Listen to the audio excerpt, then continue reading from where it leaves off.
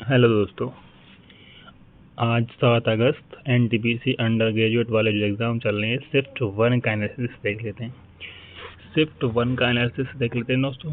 आज मैथ में क्या क्या सवाल पूछा गया, रीजनिंग में क्या क्या पूछा गया, जीके में क्या क्या पूछा गया वो देख लेते हैं।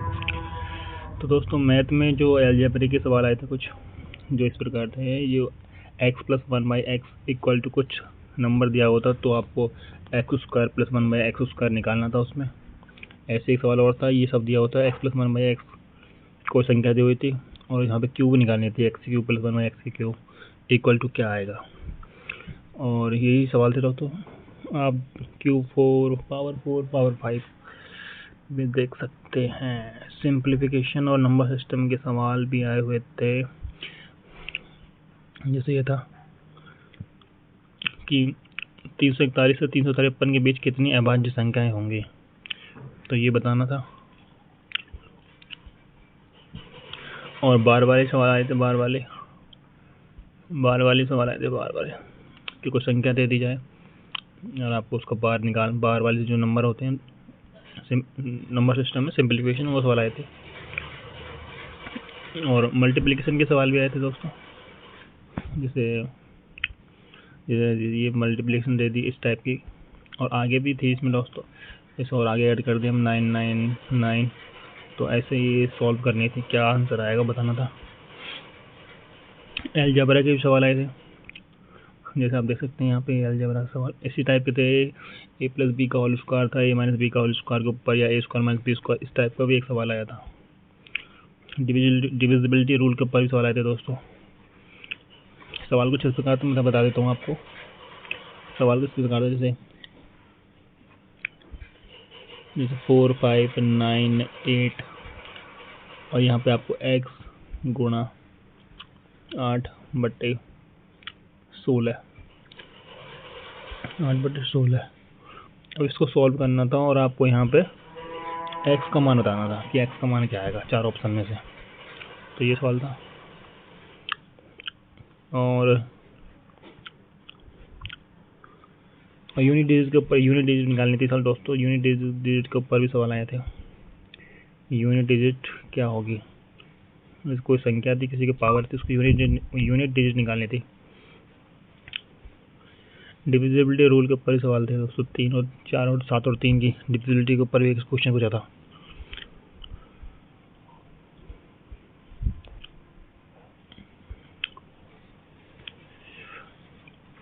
एलसीएम के ऊपर भी एक सवाल आया था।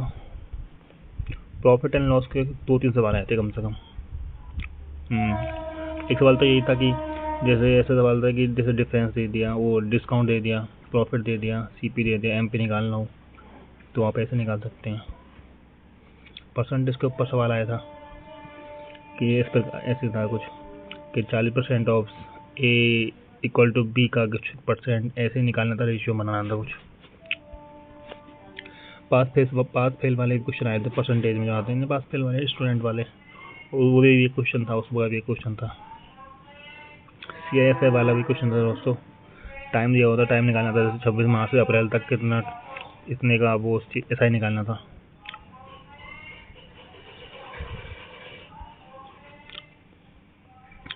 और सिंपल इंटरेस्ट 2 साल वाला, 5 साल वाला, जैसे सिंपल इंटरेस्ट दिया होता 2 साल का और 5 साल का, तो हमको रेट बतानी थी कि रेट क्या आएगी।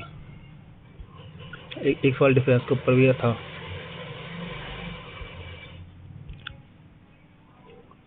टाइम एंड वर्क का बहुत आसान सवाल, बहुत ही इजी सवाल आया था दोस्तों। जैसे ए का वैल्यू दिया था, बी का दिया था और a+b निकालना था हमें। ए किसी काम को 20 दिन में करता है, बी 15 दिन में करता है, तो ए और बी दोनों मिले कितने ही दिन में काम करेंगे, ये था दोस्तों। रेशियो प्रपोर्शन का भी सवाल आया था कि ये चीज़ दी होती है, जैसे 5a = 4b = 5c, तो b/c क्या आएगा। तो ये भी था, आसान सा सवाल था, ये भी कर सकते हैं, उसका आंसर ही आएगा।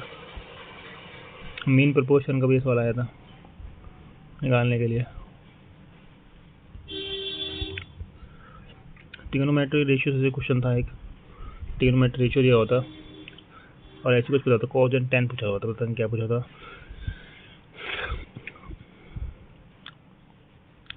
सर्किल के ऊपर भी सवाल आए थे दोस्तों। सर्किल के ऊपर भी एक सवाल आया था एक क्वेश्चन सर्किल के ऊपर भी था।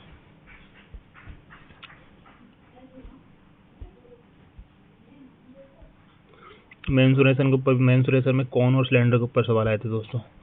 कौन और सिलेंडर, कौन और सिलेंडर। कौन का जो वॉल्यूम होता है 1/3 पाई आर स्क्वायर एच, और ये सिलेंडर का volume pi r square h. Time and distance से सवाल आया था। रिलेटिव स्पीड वाला क्वेश्चन था कुछ, एक बेसिक फॉर्मूला पर आधारित था। तो ओवरऑल जान लेते हैं क्या क्या पूछा गया। तो दोस्तों एक प्रॉफिट एंड लॉस था, प्रॉफिट एंड लॉस से आए थे, पार्टनरशिप से भी आए थे, सिंपल इंटरेस्ट से, अलजेब्रा से भी क्वेश्चन आए थे, time and work, time and distance, trigonometry से भी आया था, ज्योमेट्री से भी आया था, एंगल पूछा था, किसी त्रिभुज का एंगल पूछा था, इसका कितना कोण आएगा। एज से 2 क्वेश्चन आए थे। रही बात रीजनिंग की, तो दोस्तों रीजनिंग जो थी वो जो अभी एनटीपीसी का एग्जाम होता पिछला वाला ग्रेजुएशन वाला, सेम वैसी ही आ रही है। रीजनिंग आसान आ रही है, कोई दिक्कत नहीं है। अब तो आपने सब पढ़ा हुआ होगा पहले से ही। चलो दोस्तों जीके देख लेते हैं। जीके के बारे में जान लेते हैं। जीके के क्वेश्चन कौन से जीके क्वेश्चन आए थे। तो दोस्तों जीके के क्वेश्चन, जीके और करंट अफेयर क्वेश्चन आए थे। करंट अफेयर आप फरवरी 2025 से लेकर अप्रैल तक की आप करंट अफेयर देख के जाइएगा। 15-20 क्वेश्चन तो आए रहे हैं हर शिफ्ट में। तो जीके में देख लेते हैं दोस्तों। जीके में ये आया था अनुच्छेद 48A, अनुच्छेद 48A किससे संबंधित है। आरबीआई के डिप्टी गवर्नर कौन है, ये भी पूछा गया था। 61वां संविधान संशोधन किससे संबंधित है, ये भी आया था। एक क्वेश्चन आया था मुख्यमंत्री किसके लिए जिम्मेदार। 4 ऑप्शन दिए होते हैं, उनमें से कोई एक छांटना था। एक से आया था संगम साहित्य क्या है। शायद मुझे लगा तमिल भाषा से रिलेटेड है, साउथ की कोई भाषा है, उसी से रिलेटेड है ये। ऐसे ऑप्शन में भी दिए होते हैं ऐसे। तो बुद्ध के जो पुनर्जन्म की जो कथाएं हैं वो किस में वर्णित है। यह आता है बुद्ध के पुनर्जन्म की जो कथाएं वो किस में है। तो जहाँ तक कथाएं में पता चलता है कि बुद्ध पुनर्जीवन की कथाएं, जहाँ तक कथाएं से पता चलती है। ये सवाल भी आया था, पिछली बार भी आया था एनटीपीसी में, ग्रेजुएशन वाले में। ये फिर आ गया दोबारा कि 38वें जो राष्ट्रीय खेल हुए हैं नेशनल गेम्स, वो कहाँ हुए हैं। उत्तराखंड में हुए हैं। एक आया था विजडम अग्रणी क्रिकेट पुरस्कार किसको मिला। स्मृति मंदाना को मिला। एक आया था राज्य का सर्वोच्च अधिकारी कौन होता है, महाधिवक्ता। एक ये आया था कि सॉफ्टवेयर, ये भी पूछा था कि इनमें से कौन सा सॉफ्टवेयर नहीं है जो पीसी और लैपटॉप में यूज होता है। तो ये तो एप्लीकेशन है, ये इनमें से कोई एक छांटना था। एक क्वेश्चन आया था इब्न बतूता के ऊपर, वो क्वेश्चन तो याद नहीं, पता नहीं क्या था, लेकिन इब्न बतूता के ऊपर कोई क्वेश्चन आया था। एक क्वेश्चन आया था कि नरम दल और गरम दल का विभाजन कब हुआ। तो 1907 में हुआ था, सूरत अधिवेशन में। दोस्तों फिलहाल तो यही क्वेश्चन मिले हैं शिफ्ट 1 के एनटीपीसी 12th वाले। सेकंड शिफ्ट के क्वेश्चन अभी बताता हूँ दोस्तों 1 घंटे में। ठीक है दोस्तों, बाय।